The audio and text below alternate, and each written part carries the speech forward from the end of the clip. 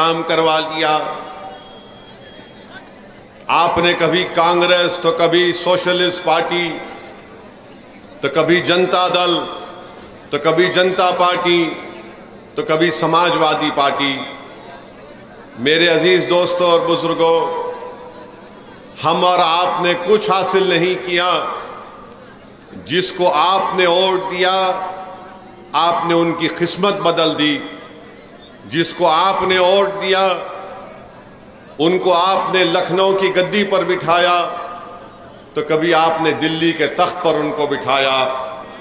मगर जिसको आपने अपना वोट दिया, जिसको आपने अपनी दुआओं से अपनी मेहनत से कामयाब किया, उन सब ने मिलकर हमको बर्बाद करने की कोशिश की।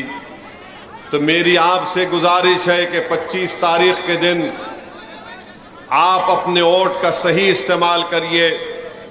पीडीएम इसलिए बनाया गया है ताकि पिछला दलित और मुसलमानों की एक सियासी ताकत उभरे उत्तर प्रदेश में।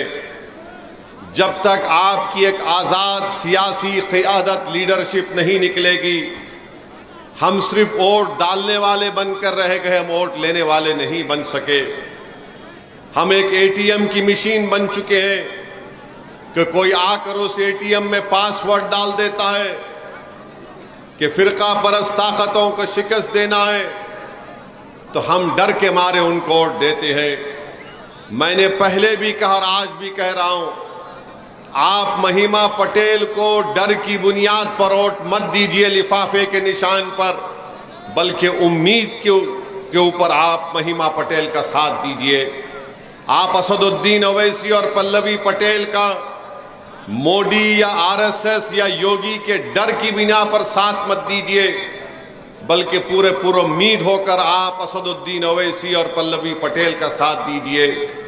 हम 50-55 साल से सिर्फ डर की बुनियाद पर वोट दे रहे हैं।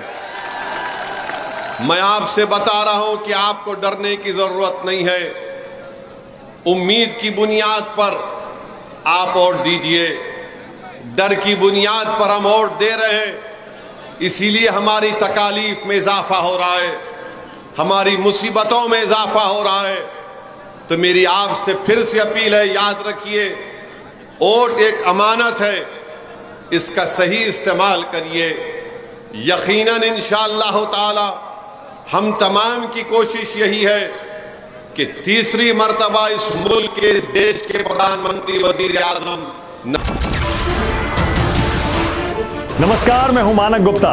अगर आपको हमारा ये वीडियो पसंद आया हो तो इसे लाइक और शेयर जरूर करें, और हां, हमें सब्सक्राइब और फॉलो करना ना भूलें ताकि आप देश और दुनिया की कोई खबर मिस ना करें।